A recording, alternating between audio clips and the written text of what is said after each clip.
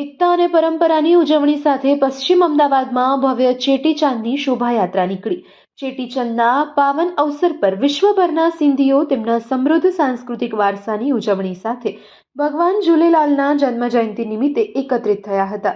અમદાવાદમાં પણ આ ઉત્સવની ભાવના નિમિત્તે શહેરના પશ્ચિમ વિસ્તારમાં સિંધી સમાજ દ્વારા રાજપથ ક્લબથી સિંધુ ભવન રોડ સુધી ભવ્ય અને સુવ્યવસ્થિત શોભાયાત્રાનું આયોજન કરાયું.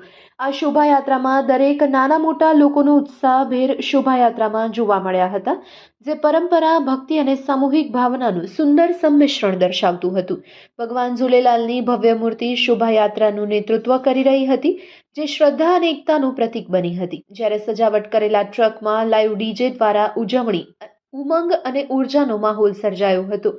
સહભાગીઓએ પરંપરાગત સિંધી નૃત્ય છેજ રજૂ કરી સાંસ્કૃતિક ગૌરવ અને આનંદથી માહોલને મંત્રમુગ્ધ બનાવ્યો. આ કાર્યક્રમ માત્ર ઉજવણીનો જ ન હતો, પરંતુ ઓળખ, એકતા અને સહિયારા મૂલ્યની શક્તિશાળી અભિવ્યક્તિ હતી.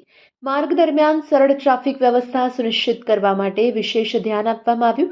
આયોજકોએ સામાન્ય જનતાને કોઈ અસુવિધા ન થાય તે રીતે શોભાયાત્રાનું સફળ આયોજન કરી નાગરિક જવાબદારીનો મજબૂત પરિચય આપ્યો હતો.